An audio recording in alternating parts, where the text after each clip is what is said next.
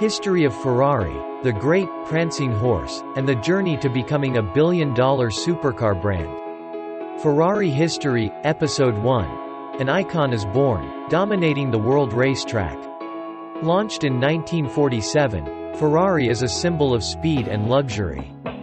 Currently, this is still one of the most valuable car companies in the world. In 2015, after the IPO on the New York Stock Exchange, this group was worth nearly $10 billion USD, about 228 trillion VND. 2 years later, Ferrari's market share doubled, reaching $21 billion USD, about 478 trillion VND. The journey from a young racing car manufacturing company to the famous car company today is associated with the name Enzo Ferrari. Launched in 1947, Ferrari is a symbol of speed and luxury. Its history is closely linked to the name Enzo Ferrari. The start of a passion. In 1908, 10-year-old Enzo Ferrari witnessed a car race for the first time. Immediately, he was interested and became obsessed with this. When he became a young man, Enzo was ordered to join the Italian army and went to fight in World War I. At the age of 10, Enzo witnessed a car race. He quickly became interested and obsessed with this. After the war, Enzo returned and faced a difficult time finding a job in the car business. He applied for a job at Fiat but was rejected, because there were too many post-war soldiers applying there. Eventually, he found a position at a smaller car manufacturer called Alfa Romeo. After the end of World War I, Enzo returned and found a position at a small car manufacturer called Alfa Romeo.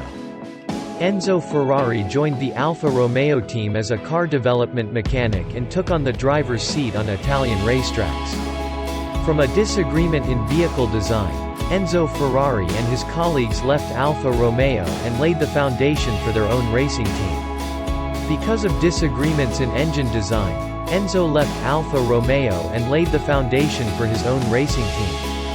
In 1929, Enzo founded Scuderia Ferrari, a racing team that mainly used Alfa Romeo cars. At this time, Ferrari sports cars were not on Enzo's mind. All he thought about was producing road cars. However, in 1933, Alfa Romeo experienced a financial crisis and dissolved its own racing team. From there, Enzo's racing team created a unique position. In 1933, Alfa Romeo's racing team dissolved, from which Enzo's Scuderia Ferrari racing team created a monopoly. In 1939, Enzo Ferrari founded Auto Avio Costruzioni. The AAC 815 was the first Ferrari car to be started first. AAC produced two 815 cars in 1940. Both were banned from carrying the Ferrari name because of a non-compete agreement between Enzo and previous employers. In 1939, Enzo founded Auto Avio Costruzioni. The AAC 815 was the first Ferrari car to be started. Although the World War I situation forced Ferrari to reduce racing activities, his company returned to work immediately after the war ended. In 1945, the company launched a new V12 engine, which could become one of Ferrari's signature inventions. In 1947, Ferrari launched the 125. And since the non-compete agreement with Alfa ended, this was the first car to bear the Ferrari name. Returning to work after World War I, in 1947, Ferrari launched the 125, the first car to bear the Ferrari name. An icon is born. It's the most revered symbol in the car kingdom, and it originates from an airplane. During World War I, Italy's best pilot was Francesco Baracca, who flew with a black horse painted on his plane. Ferrari's symbol originates from Italy's most outstanding aircraft and pilot, Francesco Baracca. After the war, in 1923, Enzo Ferrari won a race in an Alfa Romeo at Circuito del Savio in Ravenna. Amid the enthusiastic cheers of the crowd were present Barbacca's parents, who invited the young rider from Modena to their home. Here Count and Countess Baracca introduced Ferrari to the symbol of the prancing horse that brings good luck. Ferrari changed the white background to yellow, the official color of Modena, and a symbol was born. S parents introduced him to the symbol of the lucky horse, from which the Ferrari symbol was born. 3. Become a giant market. In the late 1940s, Luigi Chinetti, a famous racing driver in Italy, approached Ferrari and suggested the prospect of building a sports car for the masses. Ferrari was hesitant because their main aim was to win the race.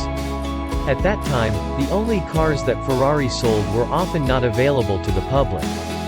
In the late 40s, Enzo was suggested by Chinetti to build a sports car line for the public, but at this time he was still hesitant. Chinetti then began racing and winning around the world in Ferrari cars. In the early 1950s, Luigi Chinetti was supplied with the sports cars he wanted, and opened the first Ferrari dealership in America. With consecutive victories, Chinetti was provided with the cars he wanted, and at the same time opened the first Ferrari dealership in the US. America has become a huge market for the Ferrari brand. Even today, it remains the company's most profitable market. That has opened up business opportunities for Ferrari with legendary cars like California Spider. America became a huge market for Ferrari. Today, it remains the company's most profitable market. Race with Ford. By the 1960s, Ferrari cars demonstrated dynamism and strength both on the racetrack and on the road.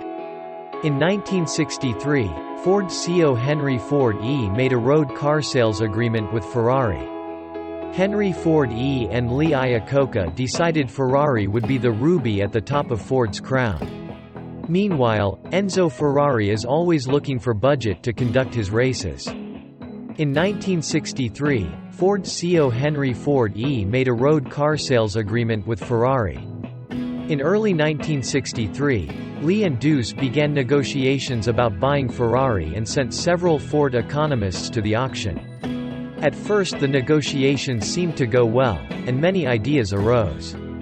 However, the final commitment did not go smoothly, when Ferrari did not allow others to join its racing team. At first the negotiations seemed to go smoothly, but in the end the commitment was not fulfilled. The failure to sign the contract made Ford extremely agitated and decided to defeat Enzo's team at the 24 Hours of Le Mans race. At that time, Ferrari was the ruler of Le Mans. Enzo and his team had continuous success in 24-hour endurance sports car racing. They won 6 times in a row from 1960 to 1965. The failed deal made Ford extremely agitated and determined to defeat Enzo's team at the 24 Hours of Le Mans race. By 1966, Ford's legendary GT40 ended Ferrari's dominance for many years when it won the Le Mans race. Team Ford then went on to win 4 consecutive years, from 1966 to 1969. In 1966, Ford's GT40 won at Le Mans and continued to win 4 consecutive years after that. By 1969, Enzo realized that his company needed more resources, not only to succeed, but also to survive. That year, Ferrari sold 50% of the business to the company that had refused him a job, Fiat. In 1969, realizing the company needed more resources, Ferrari sold 50% of the business to Fiat. It wasn't until the 1975 season that Ferrari tasted victory in the Ferrari Fiat 12 with Niki Lauda, the talented Austrian racer at the helm. With the top driver of this period, Ferrari won the championship 2 consecutive years later. When Canadian driver Gilles Villeneuve came to replace Lauda, Ferrari became runner-up in the 1978 season and won the World Championship again in 1979. Closing the championship decade with the once mighty Ferrari Fiat 12. In the 1975 season, Ferrari tasted victory in a Ferrari Fiat 12 with Niki Lauda, a talented Austrian racer.